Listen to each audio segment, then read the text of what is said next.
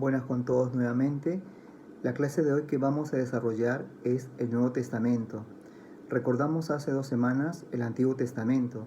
El Antiguo Testamento representa la antigua alianza, la alianza que hace Dios con su pueblo a través de personajes importantes, como por ejemplo la figura de Abraham, la figura de Moisés, cuando le entrega los mandamientos en el monte de Sinaí, y también la figura de los profetas, por ejemplo Jeremías, Isaías. El pueblo de Israel comprendió estos acontecimientos de que Dios le hablaba al corazón, pero sobre todo comprendió este pueblo de que Dios es un Dios cercano, que Dios es misericordioso. Como dice el Salmo, Dios es lento la ira, pero rico en clemencia. Pero nosotros hoy nos vamos a enfocar en el Nuevo Testamento. Hay que recordar que los judíos, dentro de su libro llamado la Torá, no aceptan el Nuevo Testamento, ya que Jesús para ellos no representa el Mesías, el Hijo de Dios, sino representa un personaje importante en su tiempo, como un gran profeta, así lo catalogan.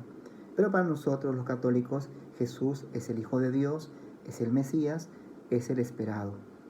El Nuevo Testamento nos relata sobre todo la vida de Jesús, es decir, su nacimiento, muerte, resurrección, que se relata en los evangelios.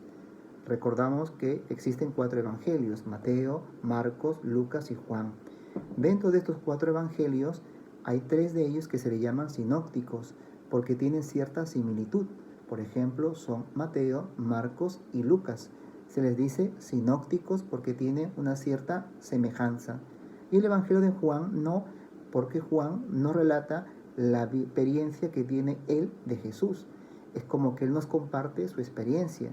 En cambio, los demás evangelios relatan los hechos de la vida de Jesús. Por eso se le llaman sinópticos. Dentro del Nuevo Testamento está el libro de los Hechos de los Apóstoles, que nos relata los primeros acontecimientos de la Iglesia, es decir, los primeros siglos de la Iglesia católica, del siglo I hasta el siglo III, en el libro de los Hechos de los Apóstoles. También en este libro vamos a encontrar la figura de Pablo. Pablo, aquel hombre que perseguía a los cristianos, se convierte en un gran evangelizador. Y esto lo vemos también en sus 14 cartas que están en el Nuevo Testamento. La carta a los romanos, carta a los colosenses, filipenses, efesios. Esas 14 cartas expresan su amor que tiene Pablo a Jesús y por eso evangeliza a esos lugares, a esas ciudades.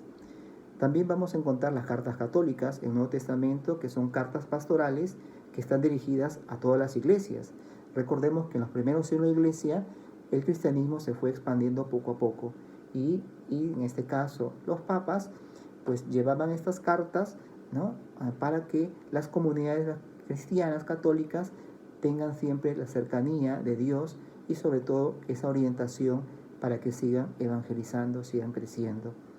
También el Nuevo Testamento nos relata el libro del Apocalipsis, este libro que muchas veces se piensa que es un libro del final de los tiempos y no es así, sino que este libro nos relata los acontecimientos de los primeros mártires de la iglesia, porque recordemos que en el primer siglo de la iglesia, en el año 100, hubo persecución cristiana y nos relata estos acontecimientos.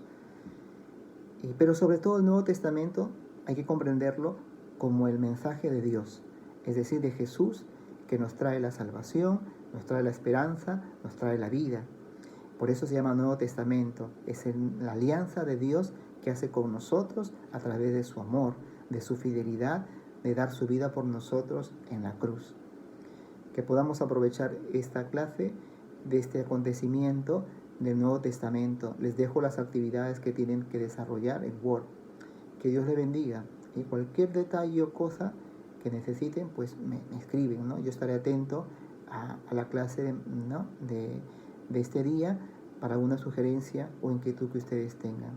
Que Dios les bendiga, cumplan sus tareas. Ánimo.